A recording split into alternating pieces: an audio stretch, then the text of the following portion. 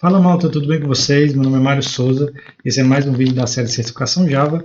Hoje eu vou falar um pouco sobre um tema simples, mas que pode ser confuso, que é o Switch Statement. O Switch Statement ele faz parte de um tópico maior, que é o Control Program Flow. Vou falar um pouco sobre o Switch Statement e depois vou resolver duas questões para vocês verem como é que esse tópico pode aparecer no exame. Então eu vou direto para o código. Esse código que vocês veem aqui é um Switch Statement, certo? O switch tem a seguinte estrutura, a palavra reservada switch mais o switch variable e um switch body. Tudo isso é obrigatório para construir um switch. Dentro do switch body existem os cases labels, que são os valores que vão ser comparados com a variável do switch. Ou seja, como o switch é uma variável de seleção, o código que vai ser executado vai depender do que é selecionado aqui ou não.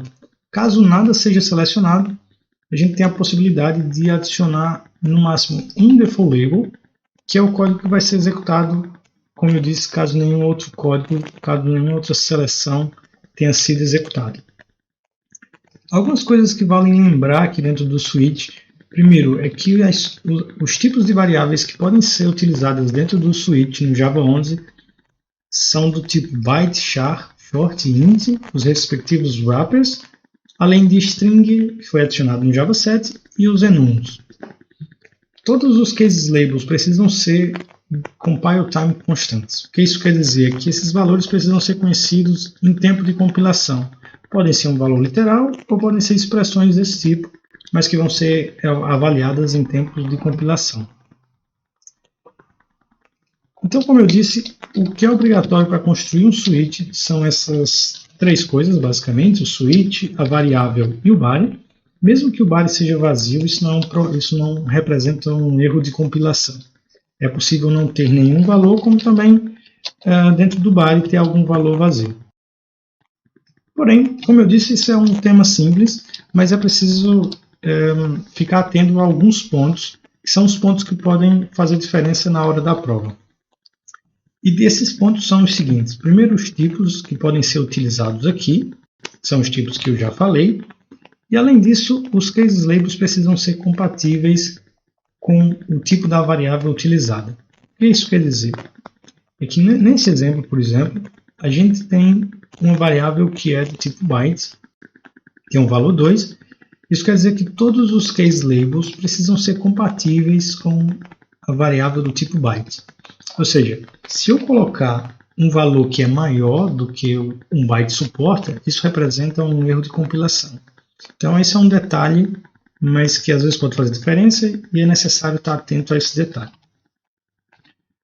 Além disso, o comportamento do switch ele é bem peculiar. Existe algo que se chama fall through, que basicamente quer dizer que um código, quando entra no case, continua executando até que encontre uma instrução break ou até que chegue ao fim do switch. Nesse exemplo, se nós executarmos esse código, vocês vão ver que a saída do código é apenas a saída default, certo? Uma vez que o valor da variável é um valor 2, não existe nenhum case que faça match com essa operação.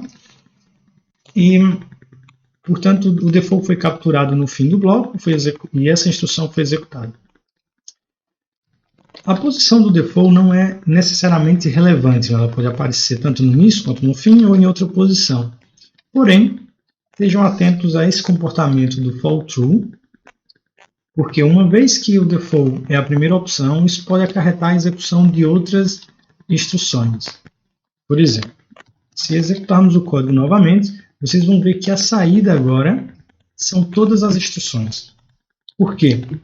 Primeiro o valor é 2, entra no switch, o switch não tem nenhum case que faça match com o valor 2, então ele vai executar o default.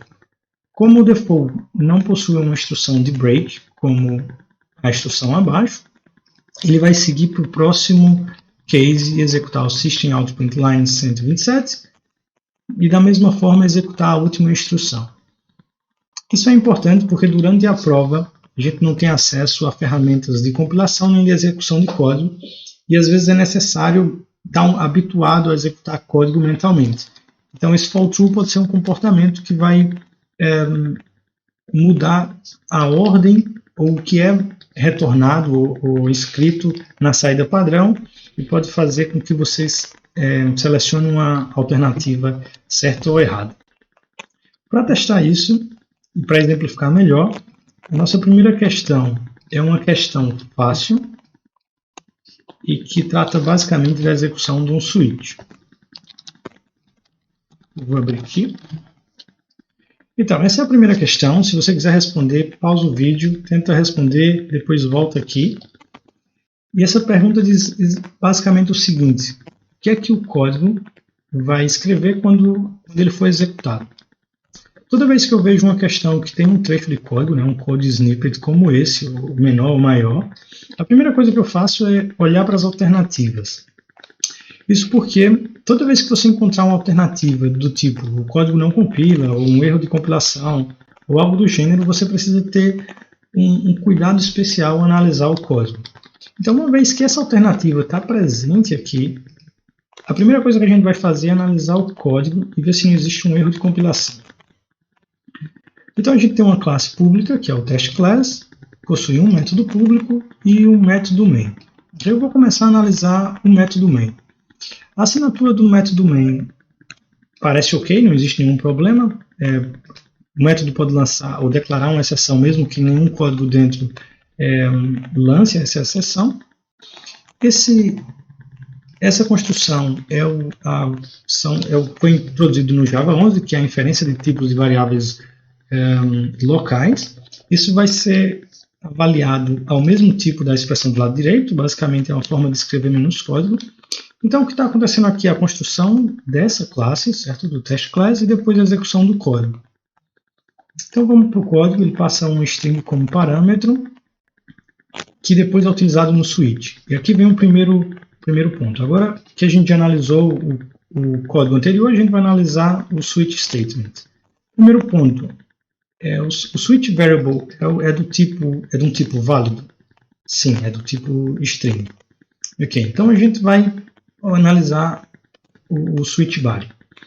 Todos os cases são compatíveis, são string, e existe um default, somente um default label.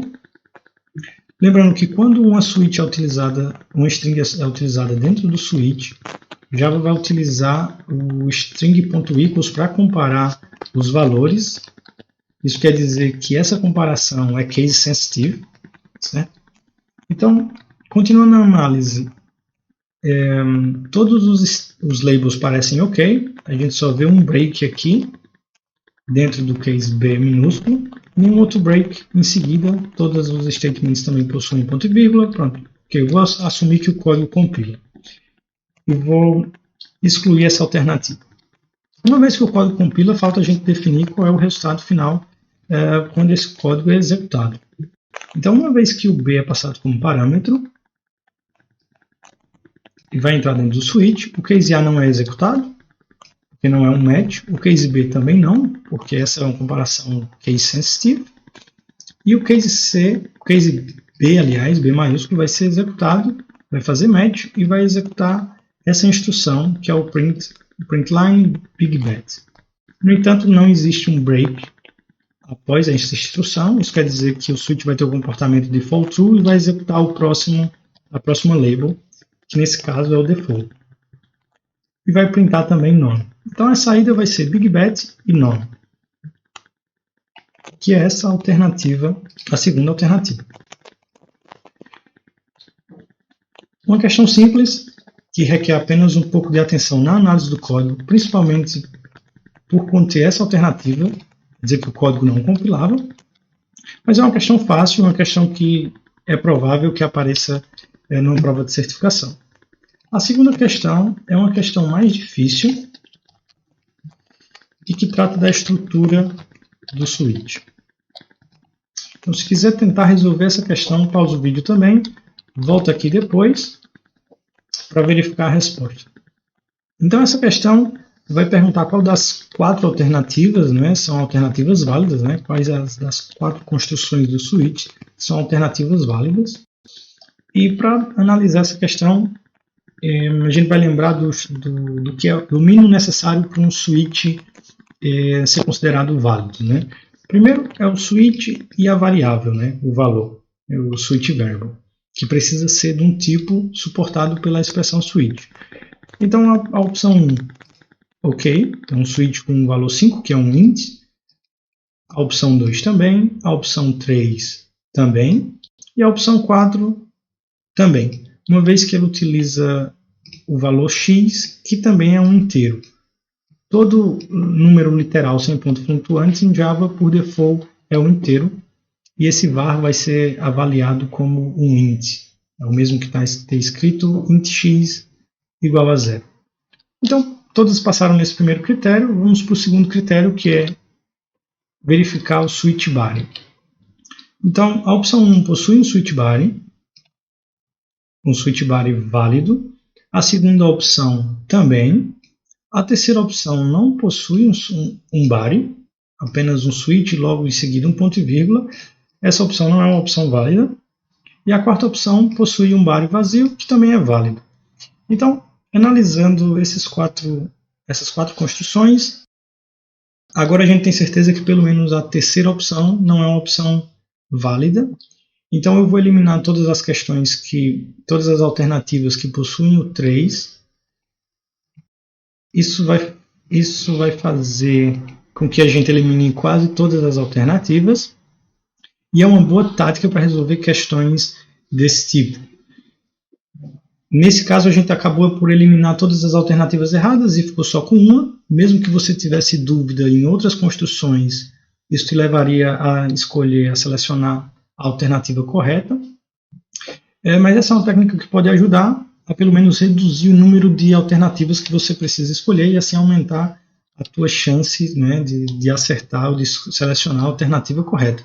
Vou fazer evaluate e a explicação é o que eu já tinha dito, né? Todo switch statement precisa ter um body.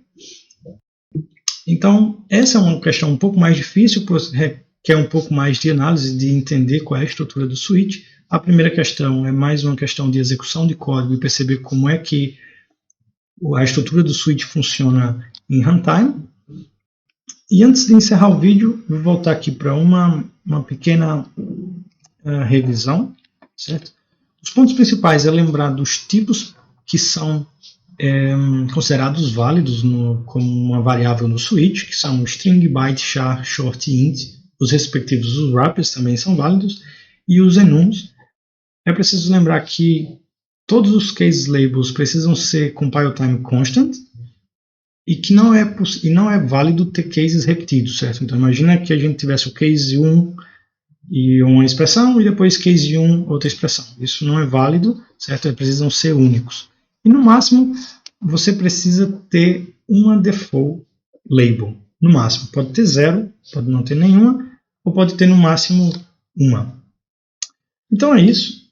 Obrigado por terem assistido o vídeo, espero que tenham gostado, espero que esse vídeo tenha sido útil na preparação de vocês. Como sempre, o link da apresentação vai estar disponível na descrição do vídeo, junto com o link para o código também. Deixe nos comentários se ficou alguma dúvida, se querem que eu aborde um tema mais específico da certificação. Fiquem bem, até a próxima, tchau!